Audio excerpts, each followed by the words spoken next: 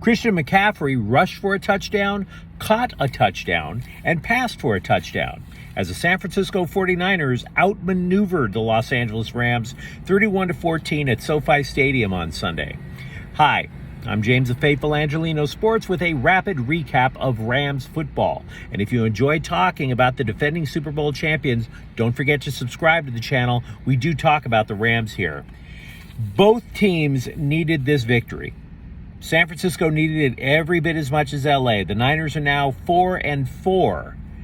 Only 4-4. And by the way, 2 of their wins against Los Angeles, so their schedule theoretically could get harder. They have beaten LA 8 consecutive times in the regular season. The Rams, meanwhile, slipped to 3-4.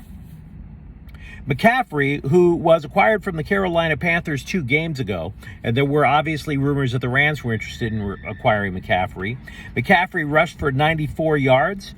Also, his 9-yard reception from Jimmy Garoppolo with 1:51 left in the third quarter is the score that put San Francisco up for good.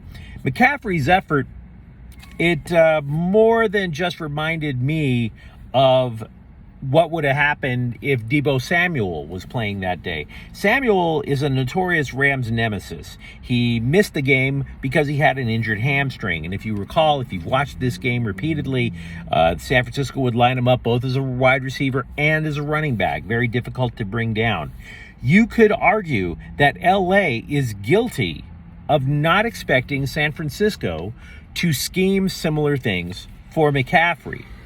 Now, having said that, for the first half, you could easily argue that Sean McVay had created a game plan to neutralize the 49ers defense.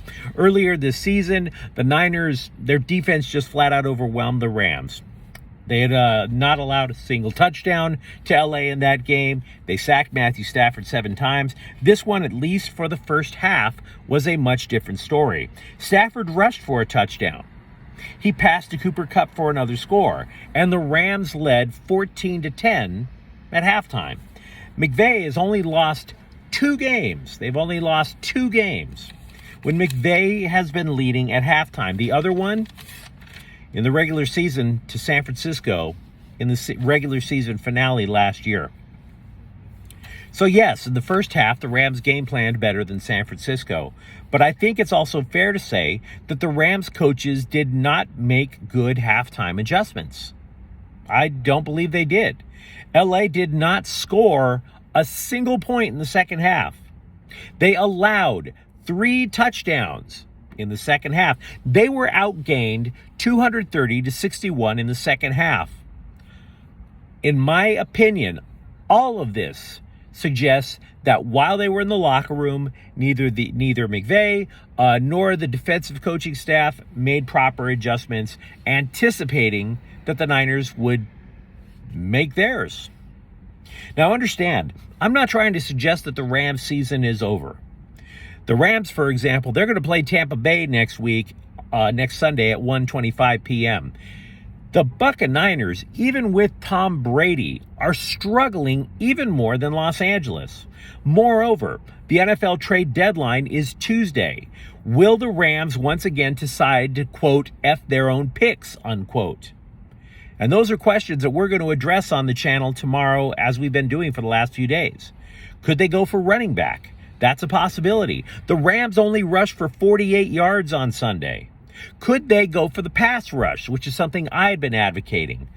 Now I'm not necessarily so sure. They sacked Garoppolo 3 times on Sunday. We'll have to figure out what the Rams are going to wind up doing before they play Tampa Bay next weekend. Garoppolo completed 21 of 35 passes for 235 yards, 2 touchdowns. McCaffrey, by the way, also caught 8 passes. For the Rams, Matthew Stafford completed 22 of 33 passes for only 187 yards. Kupp caught 8 of those passes for 79 yards.